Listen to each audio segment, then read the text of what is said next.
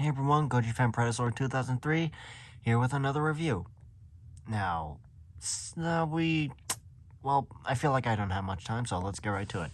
Here is Seabozu from the original Ultraman.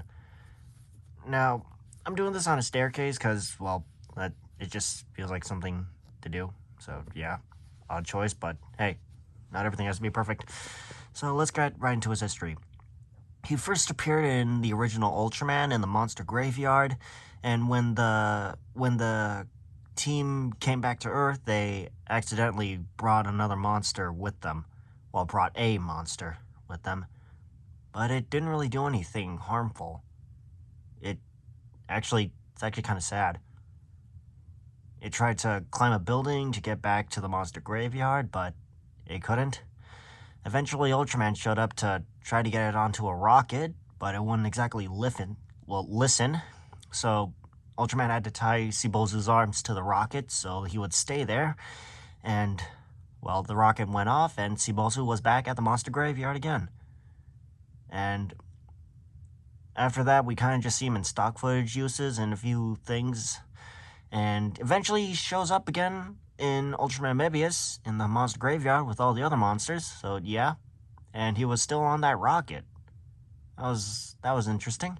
He then later appeared again in in Ultra Galaxy Legends the movie as one of the monsters that made up Belyudra.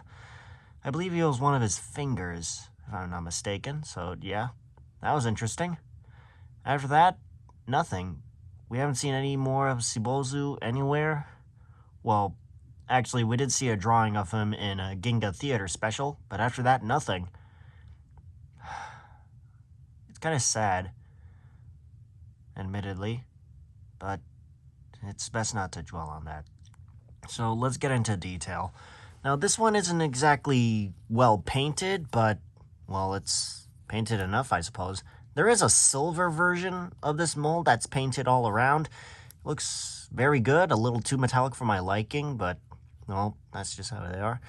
You can see he has a small tail. That's a bit accurate to how it appeared in the show.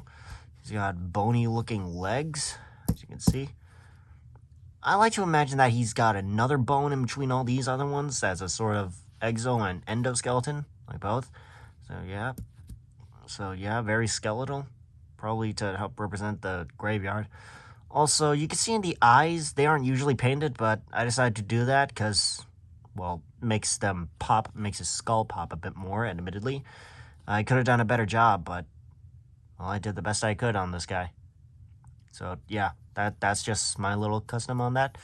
And you can see he also has very nice detailing. The bones are nicely detailed, nice and rough. Feel rough, along with the backbones, or these dorsal plates. Kind of look like Godzilla's bones, but yeah. And you can see here, along with his rib cage and this open spot. Not sure why, but, there's that. You can even see his side, his mouth. The teeth are nice and sharp, but, it's just one piece. And that red spot is supposed to be the inside of his mouth or his tongue. Got horns, as you can see, and the back part of his neck. I like to think these are eyes, because they kind of look like eyes on the back of his head. So, yeah, we don't really know which planet he comes from, just that we know that he comes from the Monster Graveyard. So, you know what? Let's get into comparisons with others, shall we? Here is one that's from an older show, Gomez. As you can see here, there's quite a size difference. I like to think that Seabozu was at least the same height as Gomez. So there's that. And here's another one from Ultra Q. He fell a bit. Oh, jeez. Here he is, Peguila. Or Pegila, whichever one you prefer to call him. So yeah, I'd say that's a good height. And now here is one that's not from Ultraman. It's Gallus, as you can see. So yep, I'm holding the camera because that's purely by choice, okay? Don't judge me. And here is Gamera. Gamera, yeah. But I feel like he should be around the same height as Seabozu, or a bit taller, but, nothing to do about now. And now here comes a Bemstar. As you can see, these are all older Ultra Series figures, as you can tell. This one, yeah. Admittedly, you know what? This one worked. That size works. Ah, jeez, some of them fell. It's fine. Now, ignore what you saw up there. If you did, because, well, that's just personal, so yeah. Anyways, for my thoughts on Seabozu, well, admittedly, I feel like he could have been painted a bit better like the silver one, but what you gonna do about it?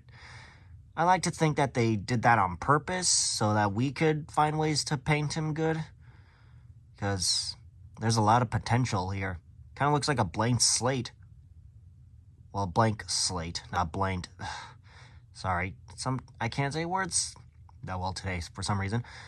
But, well, getting into Seabozu, how he looks here, I'd say it's pretty good. I kind of wish they brought him back in the Ultra series. To make the Ultras contemplate on what they're doing, because that's just personally me. Yeah. Well, as for my thoughts on him, well, again, back to it, he's actually really good. And I didn't get into this earlier, because I kind of forgot to. He can rotate and move his arms 360, move his legs around, but they're a bit stiff for obvious reasons. This is an old figure. And his tail doesn't move, and his head can move a bit, but not too well. Yeah. So, I hope they bring him back someday, because there's a lot of potential to Seabozu. Oh, and before I go, I almost forgot. There's also another version of him in Daikaiju Rush Ultra Hunters, I think that's the name of the game, in which he got a new form, Lightning Seabozu. I remember there being a sort of trailer or commercial for it on YouTube, till they eventually took it down. And yeah, that looked pretty cool. I kind of wish they made a figure of that one, because they made a figure of Earth Gomorrah, but not of Bone Birdon or Lightning Seabozu, which is quite a missed opportunity if you ask me. So yeah. Anyways, I'm gonna get to work on making my next video this is gonna be before Halloween comes around, so yeah. I'm gonna just figure out which monster I should make a video about before then. And until then, be safe, do all those good YouTube things, and don't do anything stupid. Well, that was a bad saying, but ignore that I just said that. So, yeah. Anyways, hope you have a good day, everybody, and until next time, till I figure out who comes around, maybe it'll be Seabozu, maybe it'll be someone else. Who knows? Until then, see you around.